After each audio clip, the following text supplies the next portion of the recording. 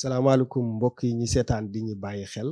ñu ngi leen di nuyu di leen jaajëfal tey nag ñi ngi toog ak ndaanaan ki nga xam ni kenn dootu ko présenté ci milieu bi muy yëngu di candidat à la mairie de Richard Toll di jeune bi nga xam ni guddi yi ñu toll nii ñu ngi koy dégg fu ne bu ñu waxee lool rek xel day dem ci monsieur Vieux Thiane ñu ngi leen nuyu di la bàyyi nga nuyoog mbokk yi ñi seetaan. asalaamaaleykum Maodo maa ngi lay nuyu di la sant di nuyu télévision bi di nuyu képp ku ñu seetaan ci Sénégal ak ci àdduna. voilà bu ñu bëggee xam monsieur Thiane mooy kan boo mënee defal benn résumé rek ci sa parcours. Vieux Thiane benn jeune la bu dëkk Richard Toll jàngee Richard Toll ba am fa bac ñëw Dakar jàngee fi jaar UCAD jaar aussi ci yenn établissement de formation professionnelle yu nekk ci dëkk bi ba am ay diplôme parce que lu mu gàtt maa ngi ak ñaari licence benn licence transport et logistique benn licence qualité hygiène sécurité environnement maa ngi ak master 2 gestion des ressources humaines maa ngi aussi master 2 agriculture et développement durable maa ngi aussi master 2 journalisme et communication maa ngi aussi le certificat suivi évaluation de projet maa ngi aussi certificat droit international en même temps aussi je suis doctorant en sciences de l'éducation en même temps aussi je suis expert dans le domaine de l'orientation éducative bon su ma toogee fii di def son parcours disons que dinaa fi fanaan daal si gàttal. nga nekk jeune daal di dugg ci milieu politique bi poser sa candidature ci mairie bu Richard Toll pourquoi ce choix. bon sama choix ci mairie de Richard Toll dafa nekk choix boo xam ne dama topp parce que damay am habitude du koy wax man nekk naa président des étudiants ba ma fa jógee sur le champ laa ne il faut que li ma defal étudiants yi ma dem defal ko commune de Richard Toll yàlla dogal ne man nekk le candidat le plus jeune dans notre commune à Richard Toll en même temps aussi nekk candidat bu gën a nekk jeune aussi sur le plan national loolu aussi poussé na ma en même temps ma gis ne Richard Toll dañ naan c'est la troisième ville économique au Sénégal alors que da nga koy dégg nii rek mais ci côté économique wanewu ko ñun aussi ñu jug pour apporter le Richard Toll ay affaires am ay projets ci commune bi te projet yi pour ñu réaliser ko foog ñu nekk maire wala peut-être foog ñu am yenn pouvoir yi ci biir commune bi te pouvoir ci biir commune bi leen rek moo ko mën a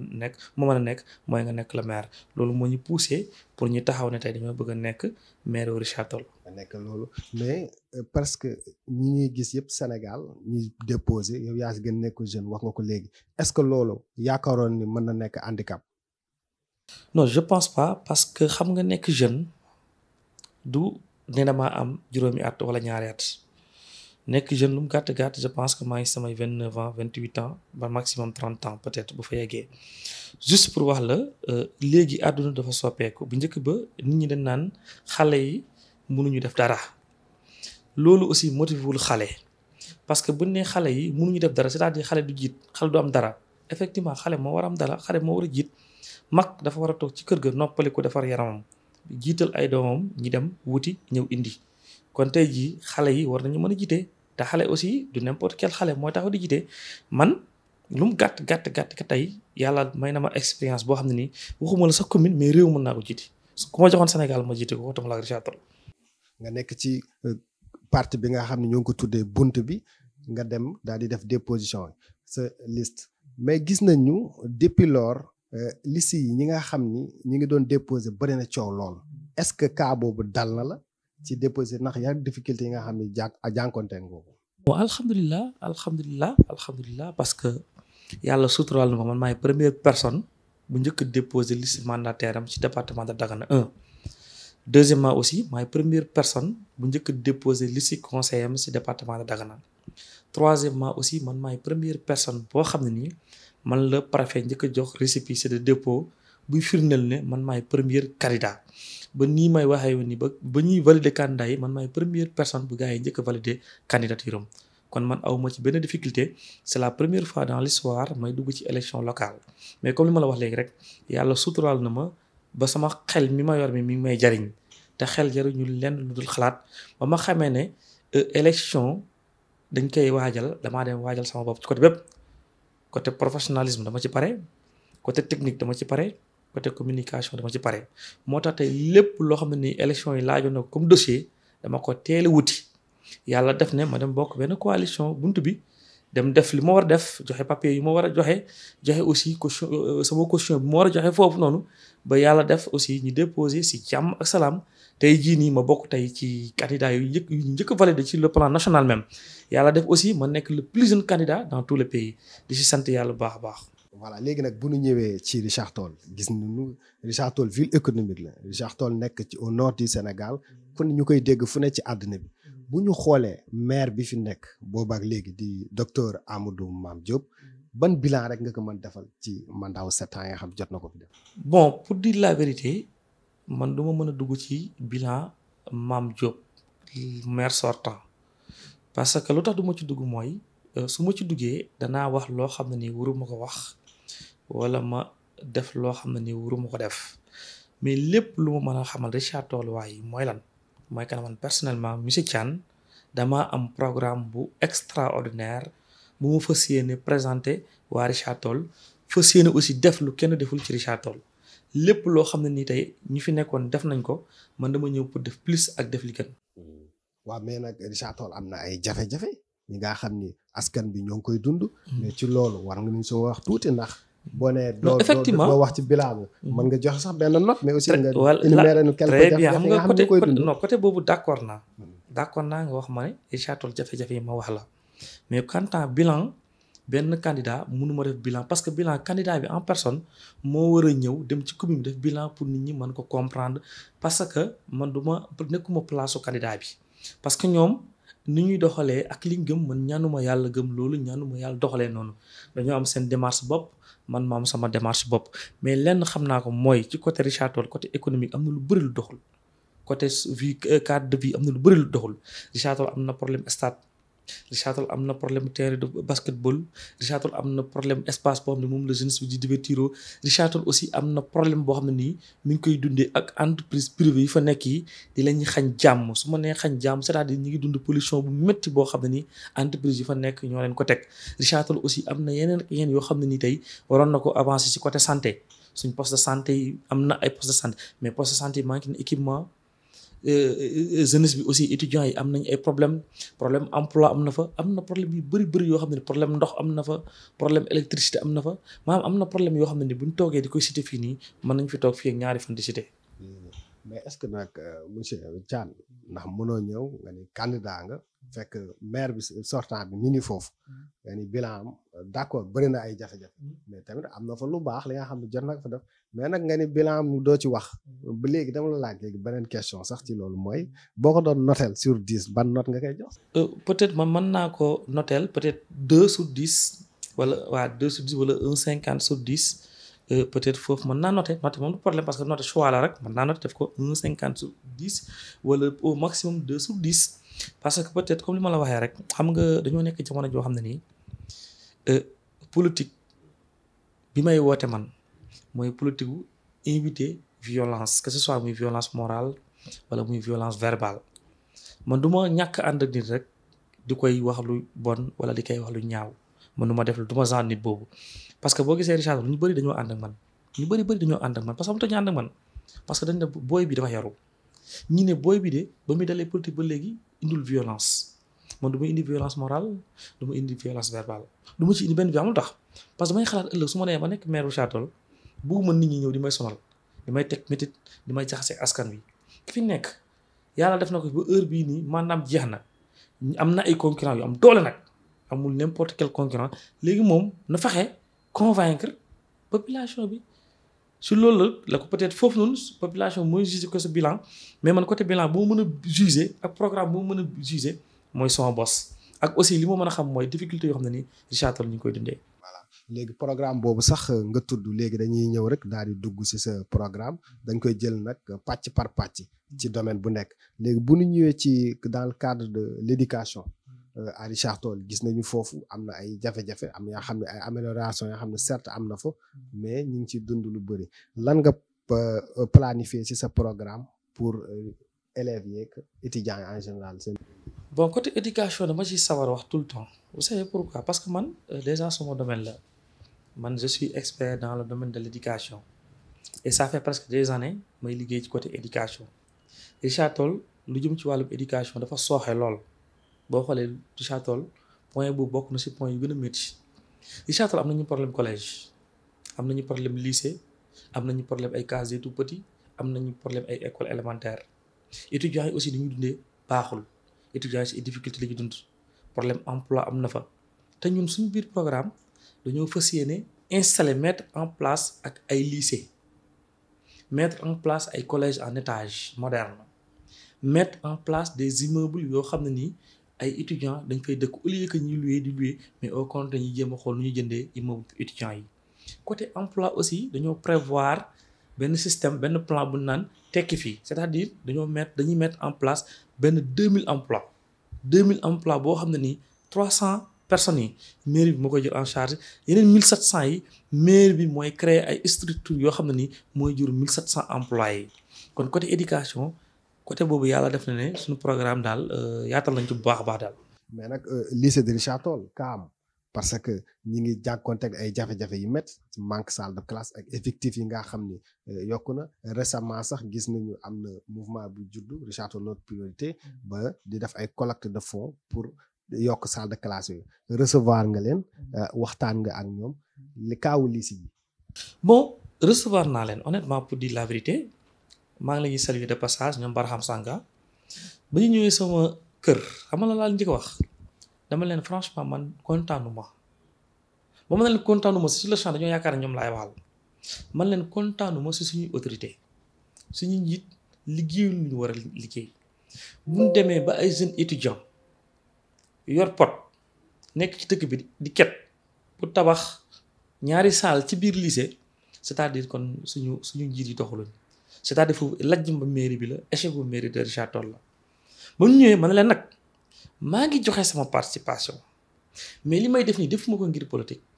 mais dama ko def ngir dimbale su may rakk ak su may sœur ak su may mag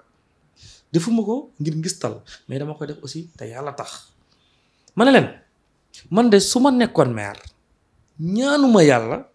di seetaan ay jeunes jóg di ket pour tabax ñaari salle ñetti salle loolu c'est honteux franchement c'est honteux loolu motivé wul jeunesse motivé wul sax booy bu nekk di def bac parce que naan man su ma defee bac ba pare am bac kan moo may accompagner te mairie bi waroon na am benn genre comité boo xam ne nii même bachelier yi suñu amee bac ñoom ñoo la ñuy orienté ñoo la ñuy guider xamal leen la ñuy xaar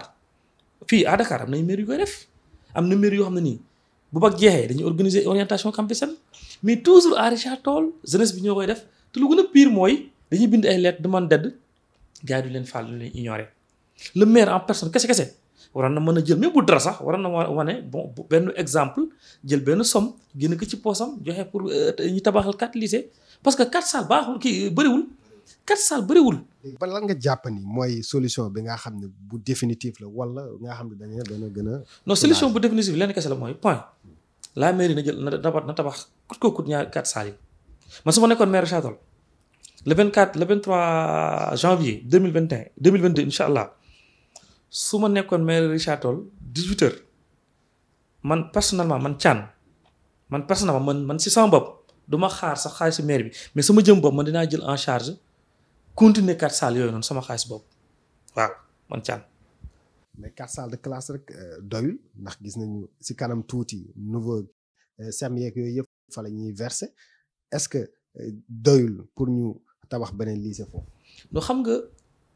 lycée de Richard Toll boo ko duggee da ngay jàpp ne prison nga dugg waaye effectivement mu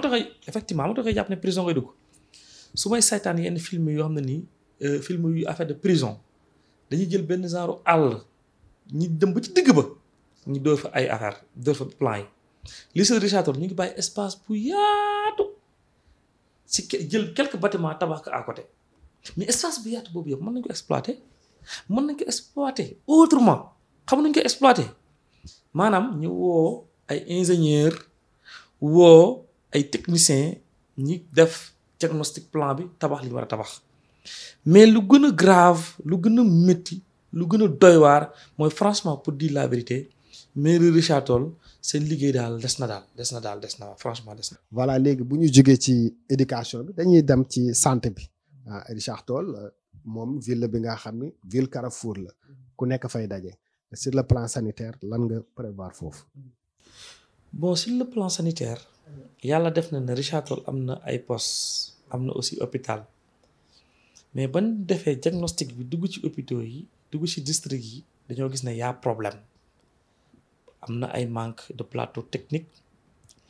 personnel bi aussi qualifié des na maanaam personnel bi fa nekk dafa dañoo war a dolliwaat maanaam disposition yi aussi baaxul maanaam daal accueil bi aussi des na ñun dañoo ñëw pour améliorer pour yokkaat plateau technique bi pour yokkaat aussi personnel qualifié bi pour defaraat aussi béréb bi parce que béréb bi ñu fajoo du béréb boo xam ne nii dancing la du béréb boo xam ne nii da ngay ñëw pour féexlu mais da ngay accueillir ay malade te malade boo la ñuy accueillir dafa am ay façon bi nga leen ñuy accueillir mais ay malade doo leen jël teg leen mel na xar te Richard Toll amul ay xar yu fa nekk ay nit njaay ñoo fa nekk kon dañ leen war a respecter jox leen cër accueillir leen comme ni ñu leen war a accueillir kon lépp loo xam ne ni daal lu jëm ci wàllum santé la ñun préparé nañ ci ay affaires yu extraordinaire pour notre commune de Richard Toll. bu ñu jógee ci santé bi ñëw ci côté domaine sport bi ak culture bu ñu waxee culture sport culture dañuy wax ci jeunesse bi ndax Richard Toll gis nañu manqué na trop côté infrastructure ci côté jeunesse bi malgré stade bi ñu fay tabax benn tribune noo ko gisee. bon man dama ne ba léegi y a problème commune bu amul complexe sportif commune bu amul terrain basket bu baax récemment barki dara ump la am na actualité bi daw basketteurs yi ñu ngi mer foofu stade bi nga wax dañ koy tabax déedéet réflexion la dañoo daaneel tribune di defaraat tribune mais d'après analyse yi ma def ba ma demee dugg ci stade bi gis naa ne ba léegi ça manque gis naa ne am na lu bari loo xam ne ni ñu ngi koy def foofu noonu mais gis naa ne bu doon man la dinaa def autrement parce que loolu mooy gën ci Richard Toll waaye parce que ñun dañoo ñëw ne dañu def stade boo xam ne nii dana am gazon synthétique dana am restaurant ci biir dana am affaire yu ay vestiaires dana am affaire yoo xam ne ni daal même Coupe d'Afrique bu amoon sax dana mën a choisir stade de Richard Toll mu bokk ci. Richard Toll manque na ay complexe sportif maa ngi koy saluer de passage y a un jeune boo xam ne ñu naan ko Silla moom moo jël initiative créé benn structure bu naan Delta Club fa la jeunes yi léegi di dem gars yi bëri ñu xamul dañu jàpp ne commune bee ko teg alors que benn jeune ñoo moo ko teg te jeune boobu noonu tey ñun bu ñu ñëwee dañ koy encourager dooleel ko parce que au moins am na xalaat au moins teg benn affaire boo xam ne nii loolu lu mairie bi xalaatul moo lay wan ne ba léegi lajj mairie bi la rek tey lim xalaat noonu mairie bi moo ko doon xalaat mais mairie bi lajj la moo tax keroog maa ngi koy takkee naan ko mairie bi créé wul le problème mu ne ma nun laa sonne ma ne ko effectivement on est au Sénégal structure privée yi publique yi duñ créé dañuy bàyyi ba benn nit créé structure privée ñi ñëw pour damm sa laaf loolu moo tax des fois problème emploi di am parce que si la lim créé am na au moins ñu siy divertiru am na ñu si daan doole mais au lieu que ñu encouragé ko au lieu que ñu motiver ko dañuy préférer damm laafam ñun nag bu ñu ñëwee en tant que jeune ak moroomu jeune am dañuy dem defee ak moom partenariat collaborer ak moom def affaire yoo xam ne nii mairie bi dana si am moom mu am ci Richard Toll am ci su ko defee Sénégal jëm kanam. mais côté culture bi gis nga ne artistes yi ñoom it ak ñi nga xam ne ñoo nekk ci làmb ji ak théâtre kat yi dañuy am jafe-jafe lool est-ce que bëggal nga leen programme. effectivement am nañ jafe-jafe am na artistes yu nekk yu am talent am na aussi lu jë artisans yi am talent yi fa nekk ainsi de suite loolu moo tax ñun suñu biir programme ñu installé ci benn genre structure boo xam ne structure culturelle la déjà récemment ñu ngi organiser ay concerts parce que dañoo sélectionné les meilleurs rappeurs à Richard Toll ñu defal leen concert lu jëm ci wàllu mbër yi dañuy war nañ préparer ay mbapat loolu yëpp lan la mooy pour Richard Toll développer parce que y a des gens qui disent naan monsieur Thiane vieux su nekkee maire au moins Richard Toll dana développer gars yi jeunesse bi ne au moins Richard Toll dana divertiru commerçant yi dañ ne au moins Richard Toll danañ sentir seen bopp parce que je vous dis même suma liste ñëpp a ci étudiant ci élève a ci commerçant ci tailleur ci menuisier mbër jakartaaman képp koo xalaat mi ngi sama biir liste parce que moo tax je l'ai fait exprès pour que Richard Toll en miniature nekk ci biir liste bunt bi à Richard Toll pour rien que pour xamal leen ne ñu suñu intention lan la mooy def ba Richard Toll la première ville économique au Sénégal parce que je sais que ñun bu ñu jëlee mairie bi on fera le nécessaire ba Richard Toll tey dana jógee A dem plan B voilà. c'est ça léegi nag bu ñu ñëwee ci point bi nga xam ni bu essentiel la ndax bu soxal population bi yëpp la muy aspect économique ndax Richard Toll umpalewuñ ni compagnie sucrière fa la installé wu économie bi dafa dox lool mais dañu sentir ni dafa am benn lu des cadre ndax population bi yëpp ñoo ngi koy sentir est-ce que sur le domaine économique am nga loo fa waay. non xam nga peut-être question bi da nga ko làqal parce que da ngay xam naa da ngay xaw a ragal ci question bi mais man xam naa ne fi ngay poser fi nga bëgg a waxee mais man dama ko wax directement il y a un problème entre CSS ak Richard Toll. Il y a un vrai problème CSS ak Richard Toll il y a un vrai problème pour dire la vérité lan la gars yi di wax comme communication ñun duñ votel candidat CSS am na benn waay bu mu jël bëgg def candidat du lan la gars yi di wax les gens le disent parce que la moo tax CSS la moo tax population Richard Toll encouragé wul CSS parce que CSS moo encouragé wul moo motivé wul population Richard Toll CSS mënu ma comprendre nan ngay nekkee usine bu mag à Richard Toll respecté wul travailleurs yi CSS respecté wul ay travailleurs am xam nga tey ku yor kaan dagg coppe bu taxawee ci kanamu autorité CSS du ñeme wax mais bu demee këram day bëgg dee bu feebaree yenn feebar yi CSS du ko jël en charge am na jeunes yu bëri yoo xam ne nii dañoo màggatee ndaw à cause de CSS ñaangee njaw ñu fa nekk ñu ngi dee pollution mais CSS moo leen ko teg ñun bu ñu ñëwee ba nekk maire ñëw ñu ne dañuy guerre CSS pare wuñ pour guerre quiconque mais danañ def de telle sorte que suñu collaboration ak CSS day doon ci intérêt Richard Toll lépp lu nekkul intérêt Richard Toll man Vieux Thiane su ma ñëwee du ma ko may CSS même suñ suuf yi nga xam ne sax CSS jël na ko ñun bu ñu ñëwee lépp suuf bu Richard Toll soxla CSS day bàyyi Richard Toll jël parce que Richard Toll mooy doon numéro 1 avant CSS di ñëw c'est vrai que ne tey bu ñu demee ba toll fenn tey CSS moo tax mais il faut aussi ñu xam ne CSS ak lu manti demee ak lu mu tax Richard Toll développé war na aussi respecter Richard Toll waaye loolu moo tax ñun suñu ñëwee duñu xuloog CSS duñu xeex CSS mais fépp foo xam ne nii doomu Richard Toll mi ngi fa di liggéey CSS dana la défendre. voilà léegi nag bu ñu ñëwee léegi ci samedi bii ñu jëm yaa ngi dañ war a investir ci fële ca Delta Club bu Richard Toll noo koy waajal. bon investiture bi moom yàlla def na. ñu ngi koy waajal bu baax parce que dara ump leen ne Richard Toll jamono jii ñu toll bokk nañ ci candidat yi ñu gën a tudd léegi investiture bi dañ ko def ngir suñu entrée campagne parce que campagne ouverture campagne yi léegi mu ñëw léegi il faut que ñu def investiture boo xam ne nii defuñu ko ngir def rek mais dañ ko bëgg a def ngir ànd ak ay mbir parce que bëgg nañ ASC yu nekk Richard Toll yépp même bu doon benn geste ñu yëkkati dara jox leen même bu doon benn ballon ñu yëkkati benn ballon jox leen jumaa yu nekk Richard Toll yëpp bëgg nañ même bu doon benn sijaara ñu yëkkati jox leen étudiants yi nga xam ne dañuy am problème ticket bëgg nañ def quelques tickets may ko président amical yi pour ñu may ko kii yi am na ay regroupement femmes yu fa nekk yu am doole bëgg nañ def ay quelques gestes jox leen pour rek jàllale message bi ñuy jàllale mooy ndaka la ñuy def ba Richard Toll waaye jàppale ñu dimbali ñu pour ñu jël mairie bi xamal leen aussi ñu suñ jëlee mairie Richard Toll dañoo fas yéene jël Richard Toll def ko première ville économique au Sénégal pour xamal leen encore ndaw moo mën a jug di dëng-dëngi pour xamal aussi Richard Toll waaye buñ jëlee mairie bi dépendre ñu ci budget Richard Toll pour defar mais dañuy dépendre ci budget bi deuxièmement dañuy fas yéene ne wuti ay collaborateurs wuti ay partenaires yoo xam ne dañuy ñëw pour dimbale Richard Toll moo xam muy ay partenaires yu nekk à l'étranger moo xam ay partenaires yu nekk sur le plan national parce que Richard Toll nekk na commune boo xam ne nii su amee ku jub ku pare ku fa dëkk ku ko defar rek dana dépasser fu mu nekk parce que Richard Toll man je dis que naqariwul defal il suffit juste nga créer benn cadre de concertation boo xam ne nii chaque fois da ngay réunir la population ci benn salle nga waxtaan ak ñoom bu ma ne la population mooy maanaam da ngay jël les sages mooy les imams préfet police les présidents des étudiants présidents des associations ñëpp nga teg leen ci benn salle ku nekk wax xalaatam soo ko defee 6 mois par 6 mois yow da nga xam problème mu Richard Toll en même temps da nga am solution pour Richard Toll loolu bu ñu ko defee rek gëm naa ne Richard Toll dina dox sans problème te investiture bi nag ñu ngi invité ñëpp ci lañ bokk defar nañ 1000 invitations 1000 invitations yu ñu defar fas yéene nañ dem partout ku nekk ñu jox la invitation moo xam nga ñuy jàppale moo xam nga ñuy ñàkk jàppale mais gëm naa ne képp ku ñëw si Investis moom gëm naa ne incha allahu rabi il est avec monsieur Thiane merci beaucoup. lay wax sa partisans yi ak sympathisants ak militants yi. bon li may wax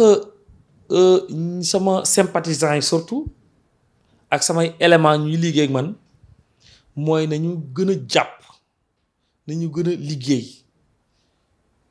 ñi xam ne politique dafa am définition exacte c'est l'art de gérer une société te man yàlla def na ne même bu doon 6 mois 2 mois def naa ko ci benn formation politique et communication école bu ñu wax ILF école boobu Abdoulaye Wade moo ko moomoon point E la nekk pour xamal leen ku ñu faral ak ku ñu faralul la ñuy yemale lépp lu ñuy woote mooy que ne nañ ko def ci jàmm ak salaam ñoo xam ne ni ils sont avec Vieux Thiane maa ngi leen ñu gën a pousse gën a ñaax ñi gën a jàpp ñoo xam ne ni aussi ils sont pas avec Vieux Thiane aussi ñu ngi leen ñu invité ngeen ñëw nekk ak Vieux Thiane ñoo xam ne ni aussi ñu ngi nekk biir Richard Toll muy commerçant muy ouvrier muy intellectuel muy enseignant muy professeur yéen ñëpp ñu ngi leen ñu invité ngeen ñëw dimbale ñu ngeen ñëw jàppale ñu ngir ñi gagné ngir jël mairie Richard Toll pour dem beneen message aussi bu may lancé mooy que ne nañu xam ne politique campagne du xaalis nit dana ñëw jox la 5000 ngir nga votel ko nit dana ñëw jox la 5000 ak 1000 francs pour nga solte si tam dem mitingam ñun nag yàlla def na ne nekkuñu parti boo xam ne nii dañuy maanaam dooleel ñun lépp luñ def ñoo ko defal suñu bopp tout set ñoo ko defal suñu bopp gasoil ñun la sonorisation ñun la amul kenn kuñ dépendre pour dem lépp luñ ci def suñu poste la jógee ñi xam ne gars yi ñun du ñoo xam ne nii dañ leen ñuy dooleel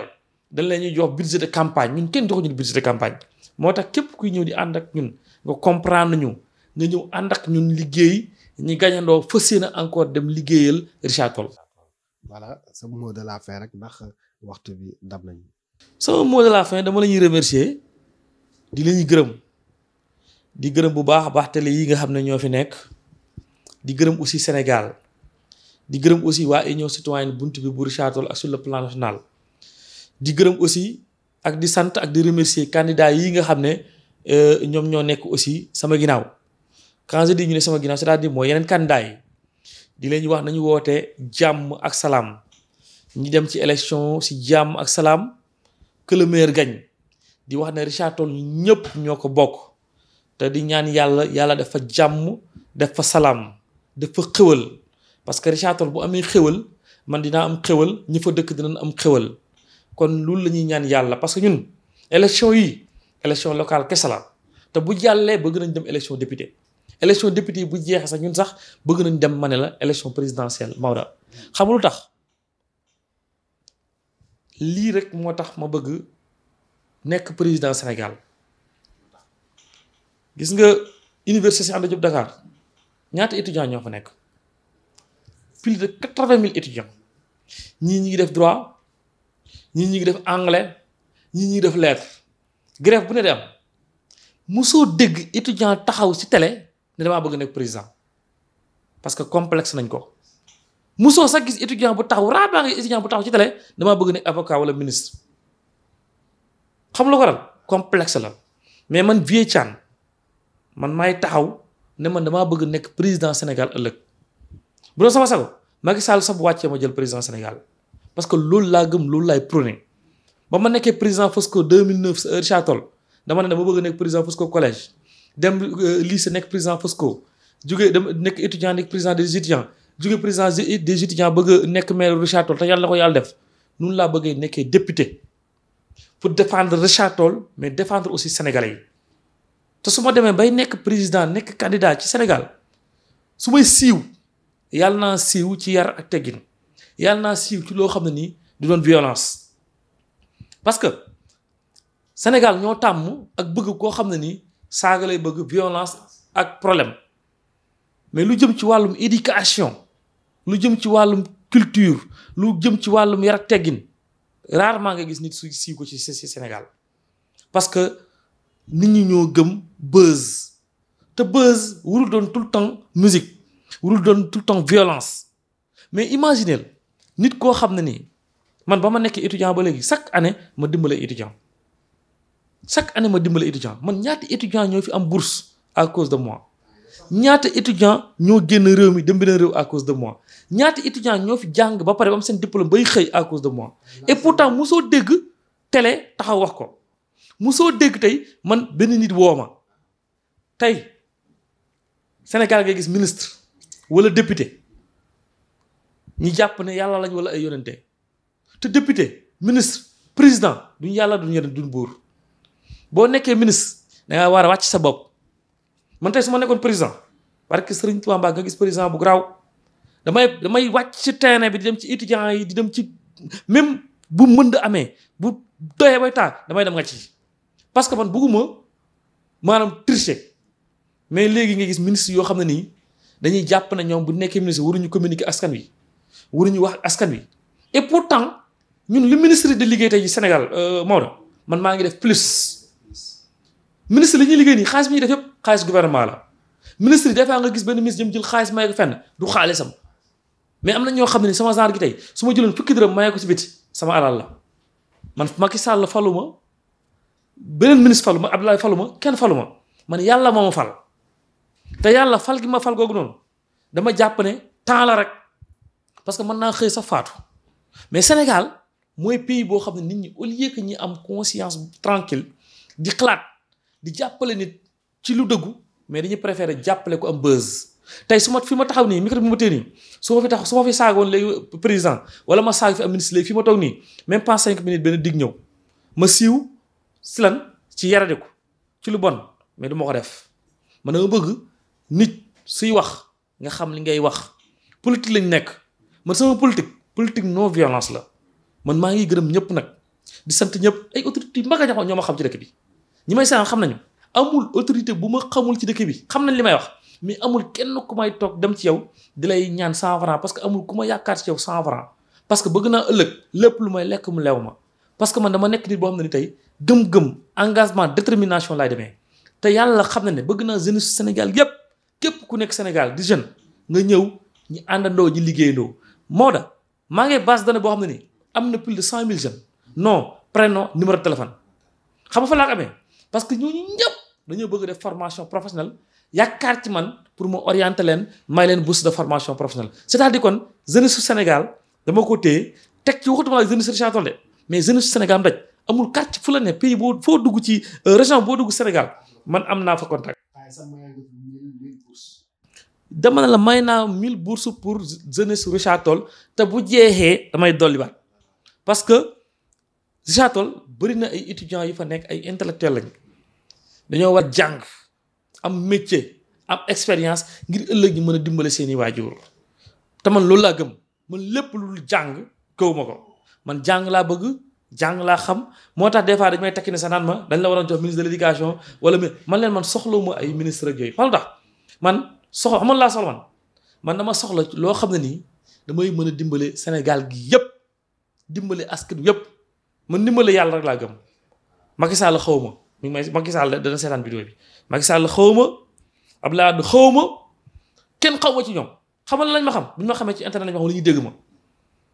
mais ñoo xam ne ñi ngi Richard Toll ñun jiital nekk Richard Toll xam nañ bu baax kuy Vieux Thiam ñoom président Macky Sall ñun jiital ñi Richard Toll xam nañ bu baax man maay kan li may servir Sénégal waxuma la Richard Toll mais li may servir Sénégal am nañu ay autorités yu seetaan vidéo bi xam nañ ko maa ngi servir Sénégal lu extraordinaire loo xam ne ni gars te maa ngi ko dalee servir depuis 2013 ba léegi wasalaam. merci beaucoup monsieur Thiam si sa disponibilité ñi ngi sant aussi di gërëm équipe technique bi ne ci gannaaw yëpp Ndaraw Fall moo ne ci caméra bi ak l'enfant Peul Baza Boss di leen dig dox daje rek ba beneen yoon incha allah merci beaucoup.